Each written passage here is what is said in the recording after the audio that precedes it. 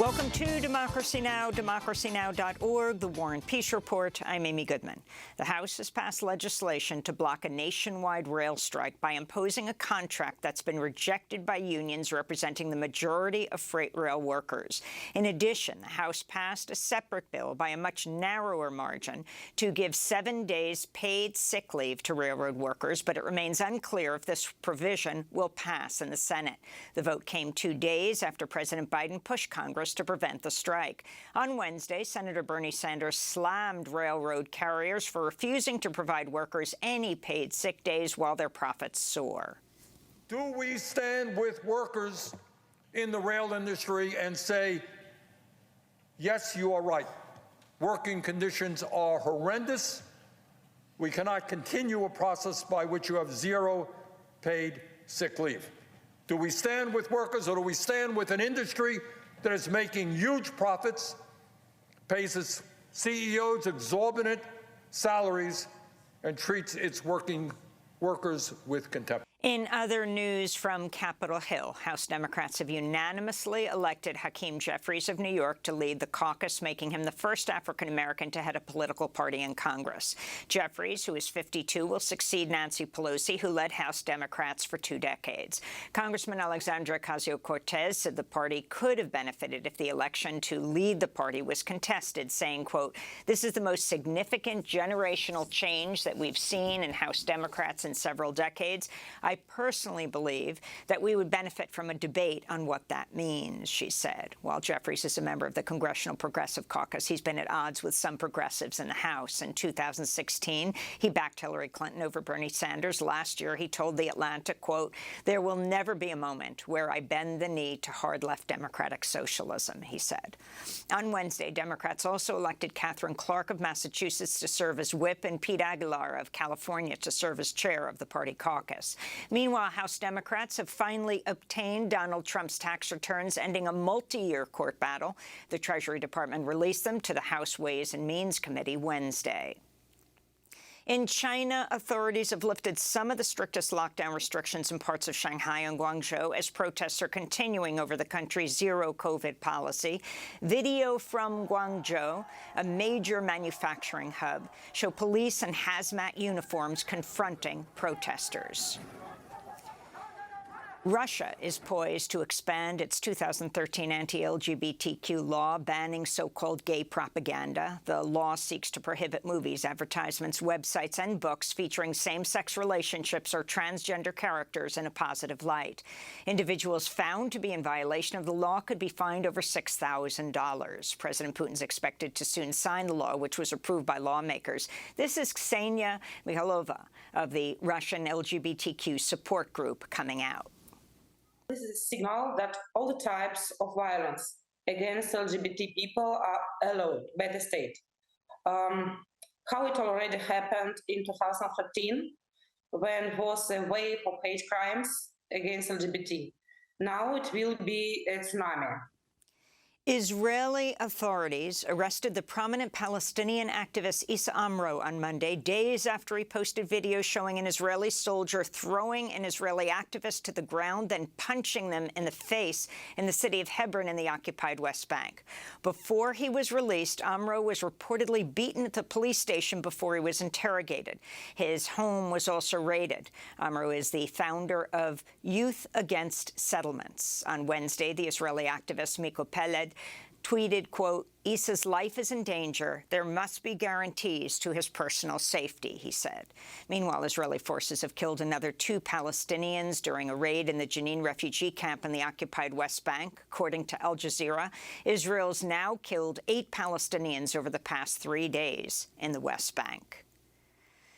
A U.S. citizen who lives in Massachusetts has been arrested on a trip to the United Arab Emirates and faces possible extradition to Egypt after he made a video calling on Egyptians to protest during the recent UN climate summit in Sharm el-Sheikh. The 46-year-old Sharif Osman is a former Egyptian army officer who's become a vocal critic of Egyptian President Abdel Fattah al-Sisi. Osman was arrested by 2 plainclothes officers in UAE November 6, 2 days after he arrived from the United States. The Biden administration's attempt to cancel hundreds of billions of dollars in student debt has been dealt another setback. The Fifth U.S. Circuit Court of Appeals has rejected a request by the Biden administration to put on hold a ruling against the plan by a judge in Texas. The issue will likely now go to the Supreme Court. In a major victory for immigrant rights activists, the federal government has announced it's closing the Berks Detention Center in Pennsylvania.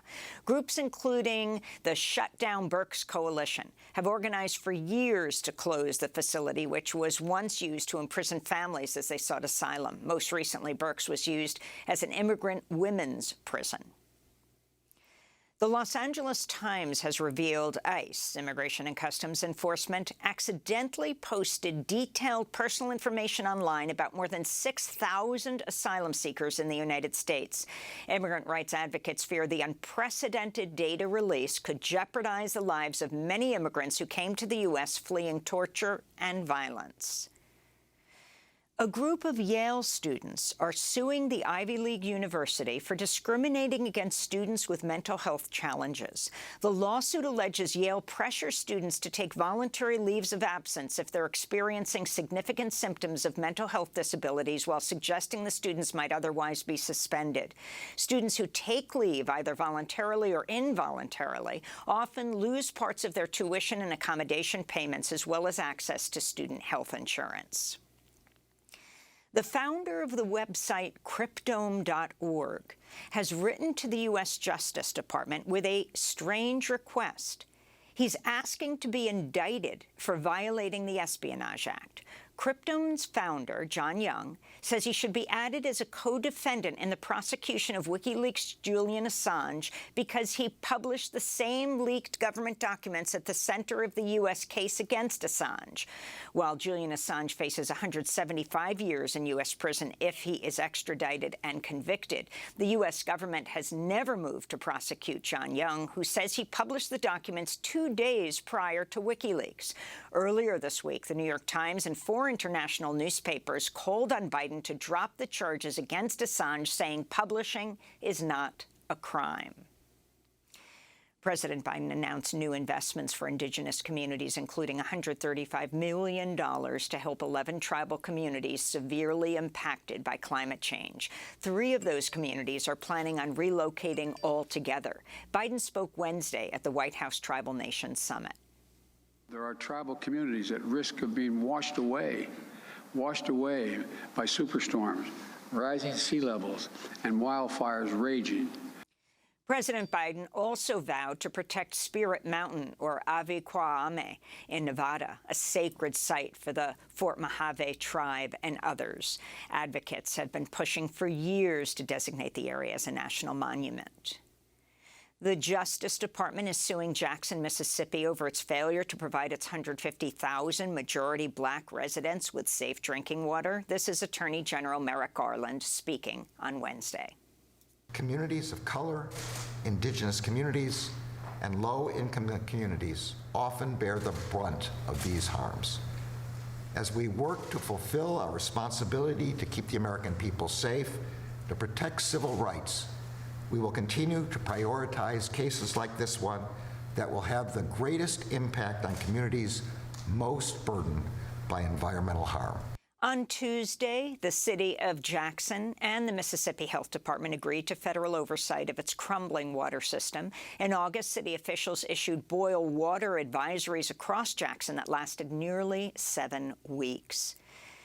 In Pennsylvania, the fracking company Coterra Energy has agreed to pay $16.2 million after pleading no contest for polluting the water in and around the community of Dimmock. Coterra, which was previously known as Cabot Oil and Gas, will also pay water bill payments for the impacted residents for the next 75 years.